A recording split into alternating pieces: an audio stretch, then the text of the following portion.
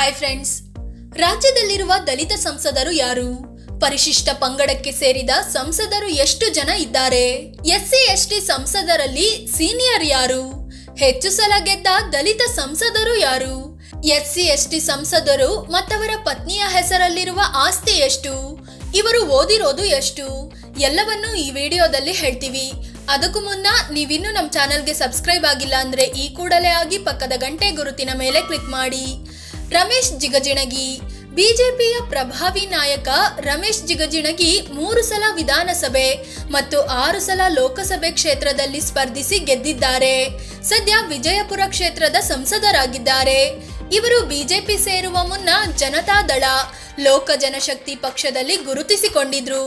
ರಾಮಕೃಷ್ಣ ಹೆಗಡೆ ಸರ್ಕಾರದಲ್ಲಿ ಸಚಿವರಾಗಿದ್ದ ಇವರು 2016ರಲ್ಲಿ ಮೋದಿ ಸರ್ಕಾರದಲ್ಲೂ ಮಂತ್ರಿ ಸ್ಥಾನ ಪಡ್ಕೊಂಡಿದ್ರು. ಪದವಿ ಶಿಕ್ಷಣ ಪಡೆದಿರೋ ಇವರು ದಲಿತ ಸಮುದಾಯಕ್ಕೆ ಸೇರಿದವರಾಗಿದ್ದಾರೆ. ಒಟ್ಟು 8,41,00,000 ರೂಪಾಯಿ ಮೌಲ್ಯದ ಆಸ್ತಿ ಘೋಷಿಸಿಕೊಂಡಿದ್ದಾರೆ. ಇವರ ಪತ್ನಿ ಶೋಭಾ ರಮೇಶ್. ಸದ್ಯ ಈಕೆ ಕಾಲವಾಗಿದ್ದು ಇವರ ಹೆಸರಲ್ಲಿ ಏನೂ ಆಸ್ತಿ ಇಲ್ಲ. ವಿ ಶ್ರೀನಿವಾಸ್ ಪ್ರಸಾದ್. ಸದ್ಯ ಬಿಜೆಪಿ ನಾಯಕರಾಗಿರುವ ಶ್ರೀನಿವಾಸ್ ಪ್ರಸಾದ್ ಈ ಹಿಂದೆ ಕಾಂಗ್ರೆಸ್, ಜನತಾ ಪಕ್ಷ, ಜನತಾದಳ ಸೇರಿದಂತೆ ಹಲವು ಪಕ್ಷಗಳಲ್ಲಿ ಗುರುತಿಸಿಕೊಂಡಿದ್ರು. ಜೆಡಿಯುನಿಂದ ಸಂಸದರಾಗಿದ್ದಾಗ 1999ರ ಅಟಲ್ ಸರ್ಕಾರದಲ್ಲಿ ಸಚಿವರಾಗಿಯೂ ಕೆಲಸ ಮಾಡಿದ್ರು.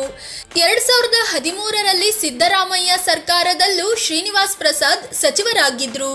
ಆದ್ರೆ 2016ರಲ್ಲಿ ಬಿಜೆಪಿ ಸೇರಿ 2019ರಲ್ಲಿ ಚಾಮರಾಜನಗರ ಕ್ಷೇತ್ರದಿಂದ ಸ್ಪರ್ಧಿಸಿ ಸಂಸದರಾದ್ರು. ಇವರು ಒಟ್ಟು ಚಾಮರಾಜನಗರ ಕ್ಷೇತ್ರದಿಂದ 6 ಬಾರಿ ಲೋಕಸಭೆಗೆ ಆಯ್ಕೆಯಾಗಿದ್ದಾರೆ. ಅಂದಹಾಗೆ ದಲಿತ ನಾಯಕರಾಗಿರೋ ಇವರು ಪಿಜಿ ಶಿಕ್ಷಣ ಕಂಪ್ಲೀಟ್ ಮಾಡಿದ್ದಾರೆ. ಇವರು ತಮ್ಮ ಆಸ್ತಿ 14,38,00,000 ರೂಪಾಯಿ ಅಂತ ಘೋಷಿಸಿಕೊಂಡಿದ್ದಾರೆ. ಇವರ ಹೆಂಡತಿ ಹೆಸರು ಭಾಗ್ಯಲಕ್ಷ್ಮಿ. ಇವರ ಹೆಸರಲ್ಲಿ 20,54,000 ರೂಪಾಯಿ ಮೌಲ್ಯದ ಆಸ್ತಿ ಇದೆ. ಎ ನಾರಾಯಣ ಸ್ವಾಮಿ. ಇವರು 1998ರಿಂದ ಆನೇಕಲ್ ಕ್ಷೇತ್ರದಿಂದ 4 ಬಾರಿ ಗೆದ್ದು ಶಾಸಕರಾದ್ರು. ನಂತರದಲ್ಲಿ ಚಿತ್ರದುರ್ಗ ಲೋಕಸಭೆ ಕ್ಷೇತ್ರದಿಂದ ಸ್ಪರ್ಧಿಸಿ ವಿನ್ ಆದ್ರು. ಸದ್ಯ ಕೇಂದ್ರ ಸರ್ಕಾರದಲ್ಲಿ ಸಚಿವರಾಗಿದ್ದಾರೆ. ದಲಿತ ಸಮುದಾಯಕ್ಕೆ ಸೇರಿದ ಇವರು ಡಿಗ್ರಿ ಶಿಕ್ಷಣ ಪಡೆದಿದ್ದಾರೆ. ಇವರು 9 ಕೋಟಿ ರೂಪಾಯಿ ಮೌಲ್ಯದ ಆಸ್ತಿ ಹೊಂದಿದ್ದಾರೆ. ಹೆಂಡತಿ ಹೆಸರು ವಿಜಯಕುಮಾರಿ.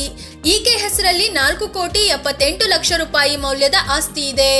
ಉಮೇಶ್ ಜಾಧವ್. ಕಾಂಗ್ರೆಸ್ನಲ್ಲಿದ್ದ ಇವರು ಚಿಂಚೋಳಿ ಕ್ಷೇತ್ರದಲ್ಲಿ ಗೆದ್ದು ಶಾಸಕರೂ ಆಗಿದ್ರು. ನಂತರ 2019ರಲ್ಲಿ ಕಾಂಗ್ರೆಸ್ಗೆ ಗುಡ್ ಬೈ ಹೇಳಿ ಬಿಜೆಪಿ ಸೇರಿದ್ರು. ಕಲಬುರಗಿ ಲೋಕಸಭೆ ಕ್ಷೇತ್ರದಲ್ಲಿ ಮಲ್ಲಿಕಾರ್ಜುನ ಖರ್ಗೆ ವಿರುದ್ಧವೇ ಕಣಕ್ಕೆ ಇಳಿದು ವಿನ್ ಆದ್ರು. ಲಂಬಾಣಿ ಅಂದ್ರೆ ಎಸ್ಸಿ ಸಮುದಾಯಕ್ಕೆ ಸೇರಿದ ಇವರು ಮಾಸ್ಟರ್ ಆಫ್ ಸರ್ಜರಿ ಶಿಕ್ಷಣ ಪಡೆದಿದ್ದಾರೆ.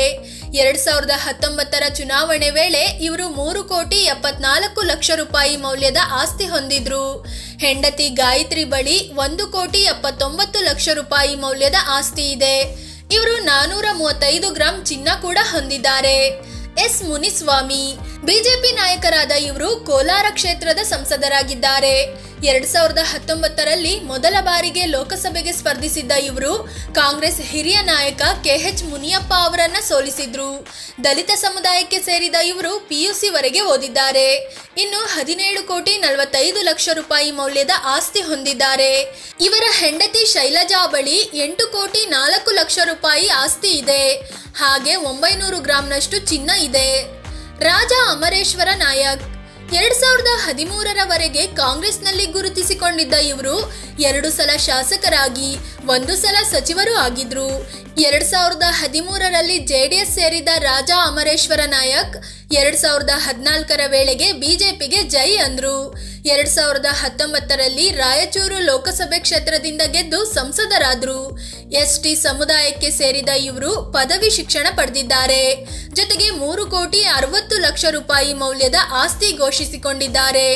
ಹೆಂಡತಿ ಮೋಹನಾಂಬ ಹೆಸರಲ್ಲಿ 1,80,00,000 ರೂಪಾಯಿ ಮೌಲ್ಯದ ಆಸ್ತಿ ಇದೆ. ದೇವೇಂದ್ರಪ್ಪ. ಮೊದಲು ಕಾಂಗ್ರೆಸ್ನಲ್ಲಿದ್ದು ನಂತರದಲ್ಲಿ ಬಿಜೆಪಿಗೆ ಬಂದ ನಾಯಕ ದೇವೇಂದ್ರಪ್ಪ.